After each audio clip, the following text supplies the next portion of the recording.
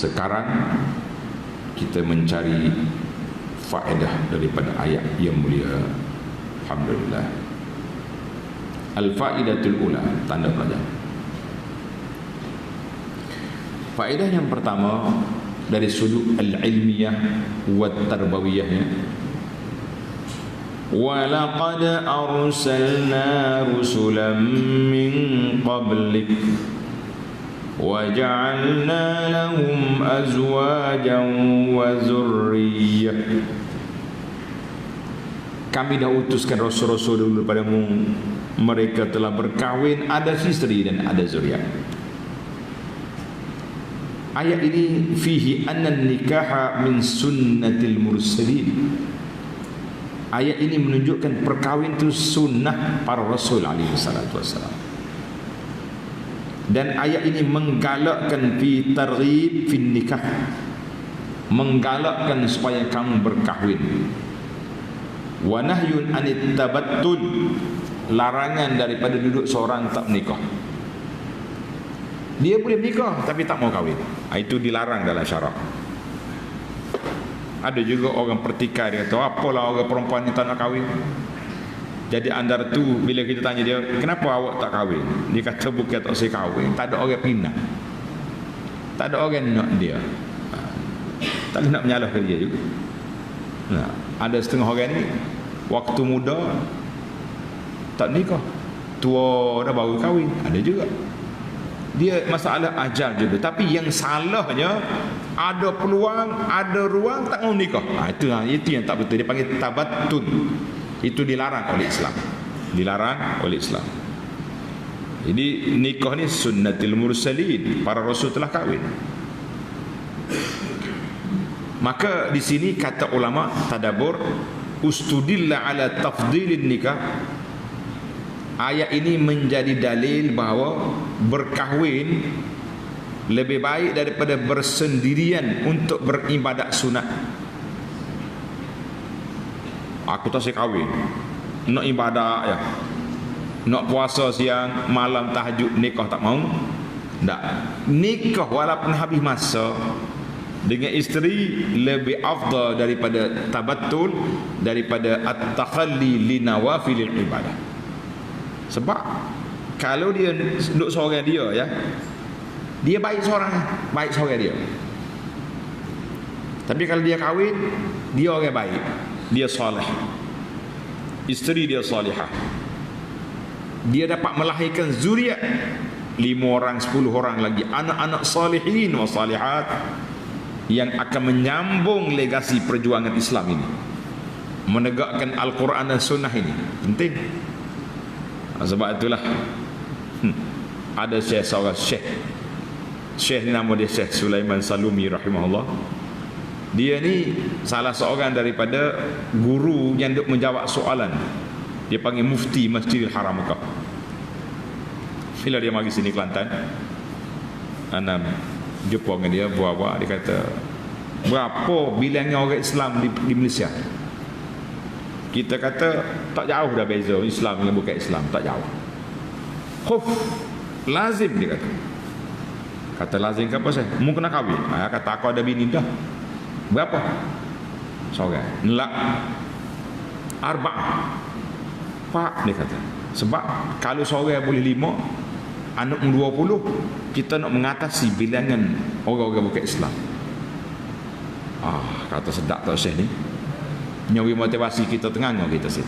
Nak ceritanya, maknanya sebab tu dia kata meramaikan umat Muhammad sallallahu alaihi wasallam itu, yang pertama Nabi kita suka. Inni mubahim bikum ummah yaumil qiyamah. Nabi kata aku bangga dengan umat aku yang ramai pada hari kiamat. Satu. Yang kedua, kita nak ramaikan pejuang-pejuang Islam, penegak Quran dengan sunnah ini. Jadi kalau anak tak ramai, nak berjuang apa? Mati ayah dia, pakai matilah kalau dia dakwah dia lah. Jadi ini dia kata Allahu Akbar, waqtata'a min zamanin kalimah apa ni? Tengok Nabi Musa alaihissalam kerja mengembala kambing 10 tahun menjadi mahar kepada isteri dia. Wa ma'lum miqdaru hadhihi sinin al-ashr. 10 tahun ni kalau ibadat sunat banyak dah boleh. Tapi Allah Ta'ala pilih Nabi Musa, memilih untuk menggembala kambing kerana nak bayar mah kahwin isteri. Dan Nabi kita sallallahu alaihi wasallam, Allah Ta'ala pilih kepada dia bukan seorang isteri dia, satu masa 9 orang. Jadi tak usah duduk buat besar, aku ni warak, tak mau kahwin, kita kata no. Tidak warak itu. Warak itu kalau dia berkahwin baru jadi warak. Masya Allah, tabarakallah. Baiklah. Isu yang kedua, faedah yang kedua, walaqad arsalna rusula min qablika wa ja'alna lahum azwajan wa dzurriyyah. Dalam isu yang kedua ini Allah Ta'ala sebut tentang nak tolak rad ala ta'nil musyrikin, hujah bodoh, mengarut bobo kafir. Dia kata Nabi tak layak jadi Nabi sebab Nabi kahwin ramai. Maka Allah Ta'ala nyatakan di sini, bobo kafir, bukan dia seorang. Nabi dulu bashar, manusia, yatazawwajun, mereka berkahwin, yakulun wa yashrabun, makan dan minum, yamshuna fil aswaq, dan mereka juga berjalan di pasar-pasar. Bahkan ada nabi yang bekerja. Ada nabi yang bekerja. Macam Nabi Daud AS, buat tukang baju rantai, bekerja. Jadi tak usah ada main. Maka Nabi bila dengar sahabat-sahabat ni ada yang tak mau kahwin sebab nak ibadat, tak mau tidur nak ibadat, Nabi kata apa? Dalam Sahihaini an Anas, Nabi kata, amma ana fa'asum uftir. Jangan tunjuk warak. Aku ni orang paling warak sekali. Aku puasa, aku berbuka, aku tidur, aku beribadat, aku makan minum, wa atazawwajun nisa, aku kahwin dengan isteri-isteri. Faman raghiba an sunnati falaysa minni. Siapa tak suka cara aku, bukan umat aku.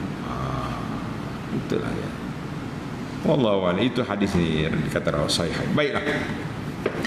Jadi kita faham di sini bahawa ayat ini nak menolak hujah bodoh yang dibuat oleh siapa? Yang dibuat oleh puak-puak kafir yang mengatakan apa? Mengatakan bahawa Nabi ni tak layak jadi Nabi. Sebab apa? Sebab dia ada isteri.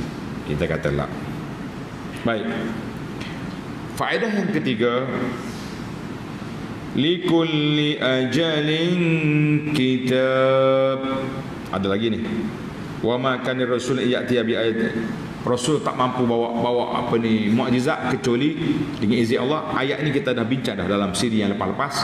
Cuma kita nak fokus di sini kepada isu yang ketiga, likulli ajalin kitab. Setiap tempoh tu, setiap perkara itu ada tempoh dia.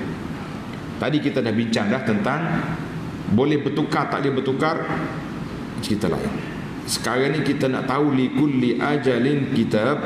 Setiap tempoh tu ada waktu yang telah ditetapkan. Manusia ada waktu, barang-barang pun ada waktu. Tak boleh kata gapa.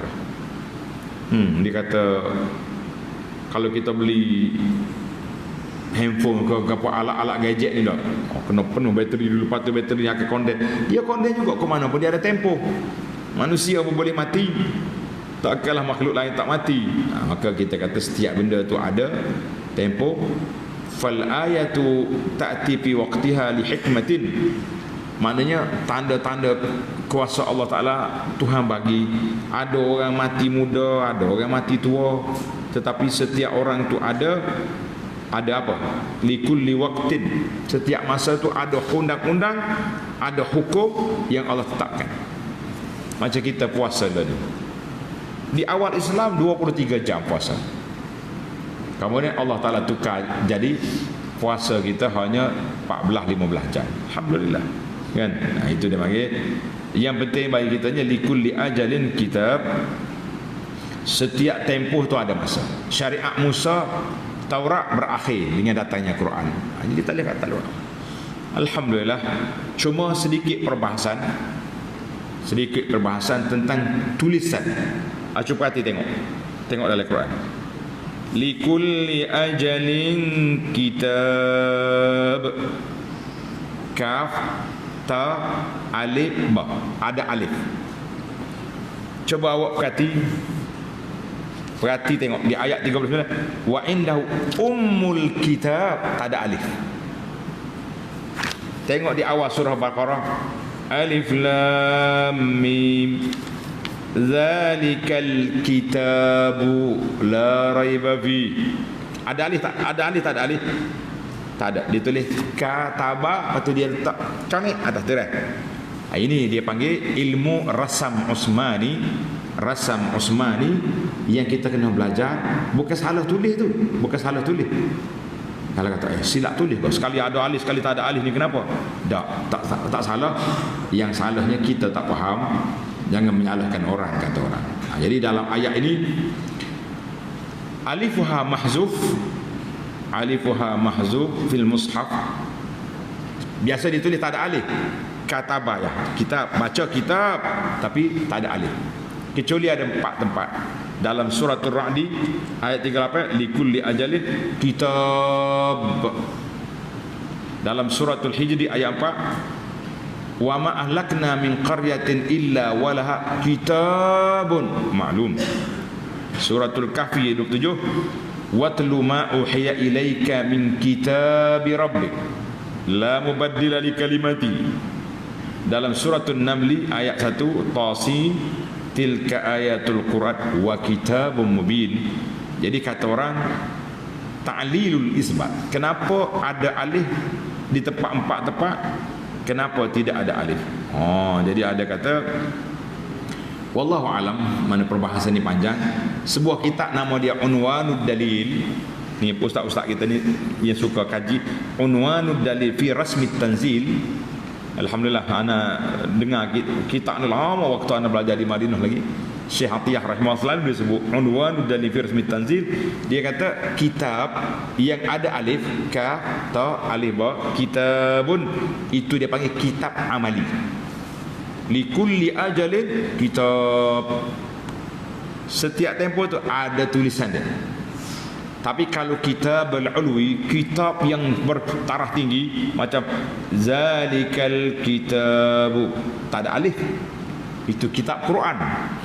Kitab Lauhil Mahfuz, indahu ilmul kitab, Lauhil Mahfuz.